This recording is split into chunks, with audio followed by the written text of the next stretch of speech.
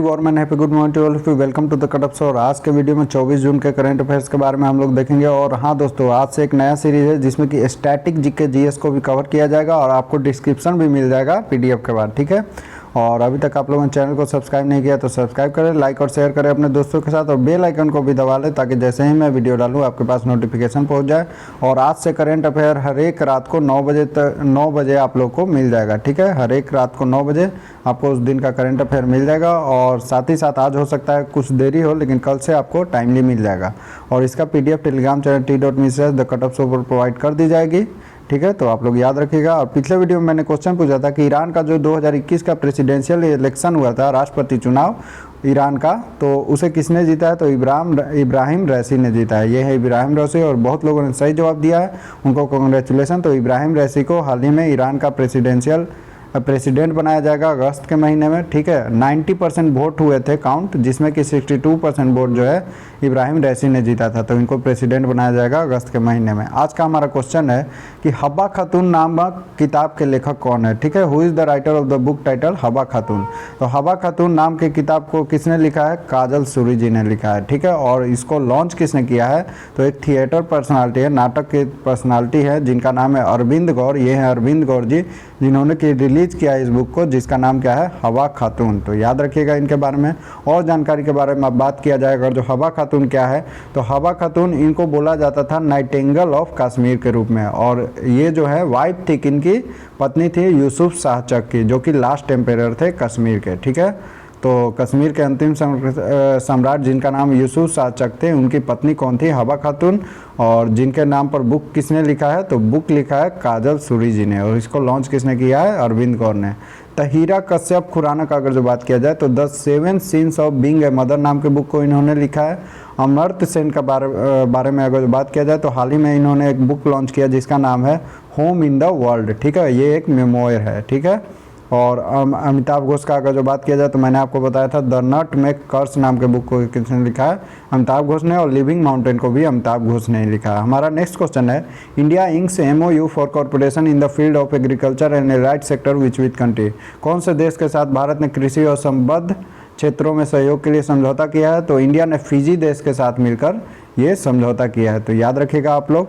बात किया जाए इंडिया की तरफ से कौन थे, तो हमारे केंद्रीय कृषि और किसान कल्याण मंत्री जो कि भारत सरकार के हैं, कौन है? तो नरेंद्र सिंह तोमर जी। इन्होंने पार्टिसिपेट किया था, वर्चुअल मीटिंग रखी गई थी, वर्चुअल बैठक आयोजित की गई थी। और इंडिया की तरफ से कौन थे? श्री नरेंद्र सिंह तोमर जी। और उधर से कौन थे? तो फिजी गवर्नमेंट की ओर से थे डॉक्टर महेंद्र रेड्डी, जो कि कृषि, जलमार्ग और पर्यावरण मंत्री हैं फिजी सरकार के, ठीक है। Minister of agriculture, waterways and environment, government of Fiji कौन है? तो डॉक्टर महेंद्र रेड्डी जी, जिन्होंने कि पार्टिसिपेट किया था। फिजी का अगर जो बात किया जाए तो फिजी का कैपिटल कौन है? सुआ। और फिजी का करेंसी कौन है? Fijian dollar. और फिजी के प्रेसिडेंट कौन है? जियोजी कनौसी। तो याद रखिएगा ये भी।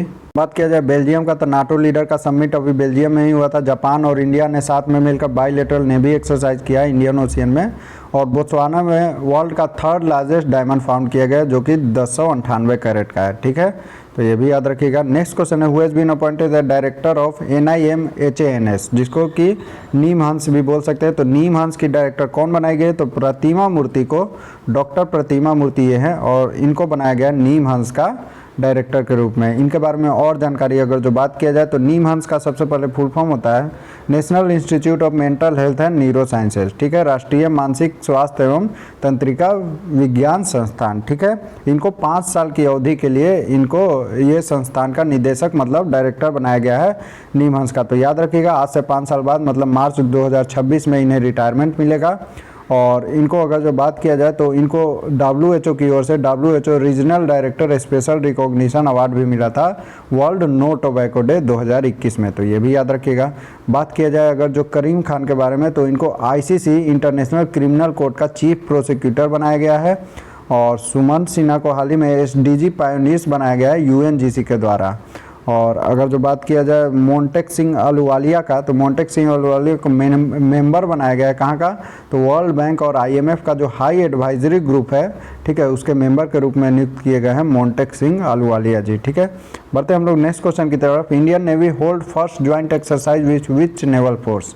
तो इंडियन नेवी ने पहली बार यूरोपियन यूनियन नेवल फोर्स के साथ एक्सरसाइज किया है, नेवी एक्सरसाइज किया है। तो याद रखिएगा भारतीय नौसेना ने यूरोपियन संघ नौसेना बल के साथ पहला संयुक्त एक्सरसाइज किया है। इस एक्सरसाइज 2 दिन में होने वाला है और ये 2 दिन के एक्सरसाइज में आप लोग देख सकते हैं कि INS जो त्रिकंड है, ठीक है, INS त्रिकंड भारत की तरफ से भाग लेगा, ठीक है। तो आप लोग ये भी याद रखिएगा। और इस एक्सरसाइज का एम क्या है, तो उद्देश्य है शांति, सुरक्षा और स्थिरता को बढ़ावा देना है दोनों देशों के बीच। यूरोपियन जो है और भारत, जो यूरोपियन जो भी कंट्री है और भारत की जो कंट्री है, उन दोनों देशों के बीच शांति, सुरक्षा और स्थिरता को बरकरार रखना है, ठीक है। और युद्ध लड़ने के कौशल और एकीकृत बल के रूप में उनकी क्षमता को बढ़ाना, ये सब जो है इस एक्सरसाइज का उद्देश्य है या एम है, ठीक है। अगर जो बात किया जाए तो naval exercise included advance air defence and anti submarine exercises, tactical manoeuvres, search and rescue and other maritime security operation. तो ये बताया गया है कि इस एक्सरसाइज का एम क्या है, ठीक है दोस्तों। याद रखिएगा बेल्जियम, जापान और बोत्सवाना के बारे में मैंने आपको अभी बताया ही। नेक्स्ट क्वेश्चन है, who becomes captain of Indian hockey team.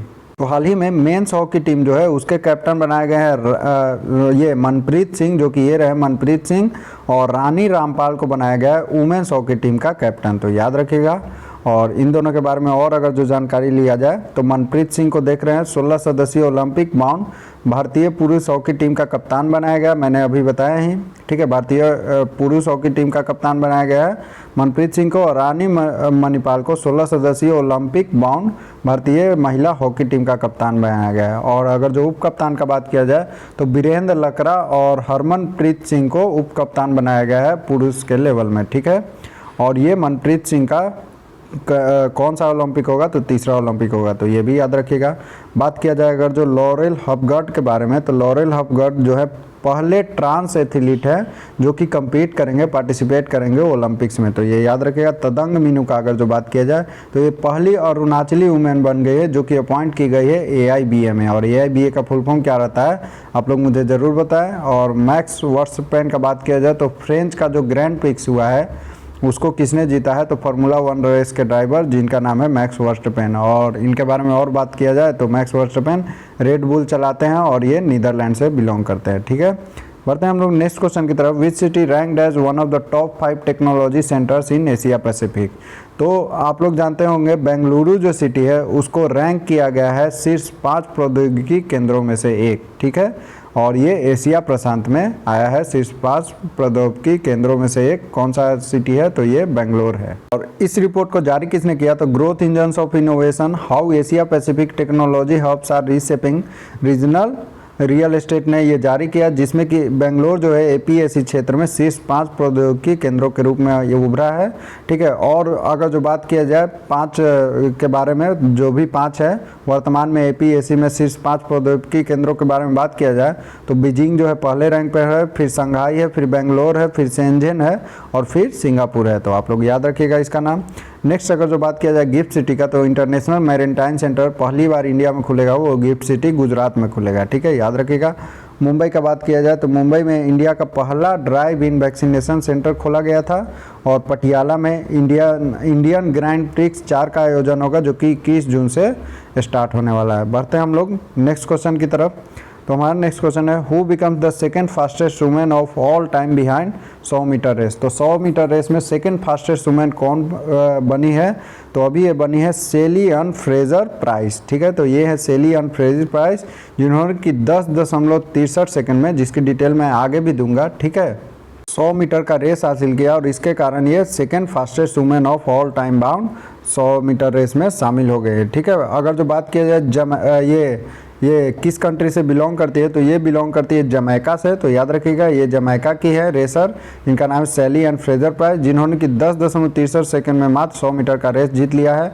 और पहले नंबर पर कौन है, तो पहले नंबर पर है अमेरिका की ग्रिफिन जोयर, ठीक है, जिन्होंने कि एक बार 10.49 सेकंड का टाइम लिया था, जो कि 1988 में जो इंडियाना पॉलिस हुआ था उसमें 100 मीटर का जो रेस हुआ था 1988 में, उसमें इन्होंने 10.49 सेकंड में ही 100 मीटर का रेस खत्म कर लिया था। और 10.61 सेकंड में भी और 10.62 सेकंड में भी इन्हीं का नाम है, ठीक है। किसका नाम है, अमेरिका के ग्रिफिथ जोनर का। और सेकंड रैंक पर अभी कौन आ गई हैं, तो सेकंड रैंक पर आ गई है सेली इन फ्रेजर प्राइस, तो याद रखिएगा आप लोग। और हम लोग देखते हैं तो इसमें लॉरेन हपबर्ड, तदंग मीनू के बारे में हम लोग जानते ही हैं। तो बढ़ते हैं हम लोग आगे नेक्स्ट क्वेश्चन पर। विच मिनिस्टर लॉन्च जान है तो जहान है अवेयरनेस कैंपेन। तो हाल ही में मुख्तार अब्बास नकवी ने, जो कि ये रहे बीजेपी के लीडर है मुख्तार अब्बास नकवी, और ये हमारे यूनियन मिनिस्टर भी हैं, जिन्होंने कि लॉन्च किया है जान है तो जहान है अवेयरनेस कैंपेन, जागरूकता अभियान को। इनके बारे में और अगर जो बात किया जाए तो देखिए, ये माइनॉरिटी अफेयर्स मिनिस्टर है मुख्तार अब्बास नकवी, और इन्होंने ही लॉन्च किया नेशनल वाइड जान है तो जहान है अवेयरनेस कैंपेन, ठीक है, ताकि कोरोना वैक्सीन, अभी हम लोग देख रहे हैं बहुत लोग जो है अफवाह फैला रहे हैं कि कोविड वैक्सीन नहीं लेना चाहिए, कोविड वैक्सीन के कारण ये सब बीमारी हो रही है या कुछ हो रही है। तो उस अफवाह को कम करने के लिए, उस अफवाह को रोकने के लिए ये जान है तो जहान है अवेयरनेस कैंपेन को चलाया जा रहा है, जो कि और इस अवेयरनेस कैंपेन के द्वारा क्या होगा, लोगों को शिक्षा दी जाएगी कि कोरोना वैक्सीन लेना ज़रूरी है। और यहाँ पर आप एक और डेटा देख सकते हैं कि India is running the world largest corona vaccine drive, सबसे ज़्यादा कोरोना वैक्सीन जो है इंडिया अभी दे रहा है, ठीक है। बात किया जाए अगर जो राजनाथ सिंह के बारे में, तो राजनाथ सिंह ने हाल ही में सेहत ओपीडी पोर्टल को लॉन्च किया था। और रमेश पोखरियाल निशंक के बारे में अगर जो बात किया जाए तो इनको हाल ही में इंटरनेशनल इनविजिबल गोल्ड मेडल दिया गया था, ठीक है। और एम योगा ऐप को किसने लॉन्च किया? हमारे प्राइम मिनिस्टर नरेंद्र मोदी ने। Next question, who has been awarded prestigious CEU open society prize for 2021। तो ये हैं के शैलजा जी, और इनको हाल ही में prestigious CEU open society prize 2021 के लिए सम्मानित किया गया है। तो याद रखिएगा इनके बारे में और डिटेल अगर जो पढ़ लिया जाए तो के शैलजा कौन है, तो ये केरल के पूर्व स्वास्थ्य मिनिस्टर है, स्वास्थ्य मंत्री है, ठीक है। और इनको ही सम्मानित किया गया है सेंट्रल यूरोपियन यूनिवर्सिटी, जिसको कि CEU बोलते हैं। तो ये भी याद रखिएगा, CEU का full form central European university है, और इसका ओपन सोसाइटी प्राइज जो है 2021 का के शैलजा, जो कि केरल की पूर्व स्वास्थ्य मिनिस्टर है, हेल्थ मिनिस्टर है, उनको दिया गया है। और CEU का बात किया जाए तो इसको 1991 में फाउंड किया गया था बाय जॉर्ज सोरोस। तो ये भी याद रखिएगा, पैंडेमिक के ड्यूरिंग जो है लाइफ को सेव करने के लिए और उनके द्वारा आइडिया देने के लिए इनको ये पुरस्कार मिला गया है, ठीक है। तो ये भी याद रखिएगा। बात किया जाए सिद्धि द ग्रेम्बा के बारे में, तो पेन प्रिंटर प्राइज जो है 2021 का ये दिया गया था सिद्धि द ग्रेम्बा को। और सुमिता मित्रा के बारे में अगर जो बात किया जाए तो यूरोपियन इन्वेंटर अवार्ड इन्हीं को मिला था। और शैलेश गोविंद गोपले का अगर जो बात किया जाए तो NSG centre IED and counter terrorism award 2021 इन्हीं को दिया गया था। तो ये भी याद रखिएगा। बढ़ते हैं हम लोग नेक्स्ट क्वेश्चन की तरफ। Who becomes IAF first women fighter pilot from Jammu and Kashmir.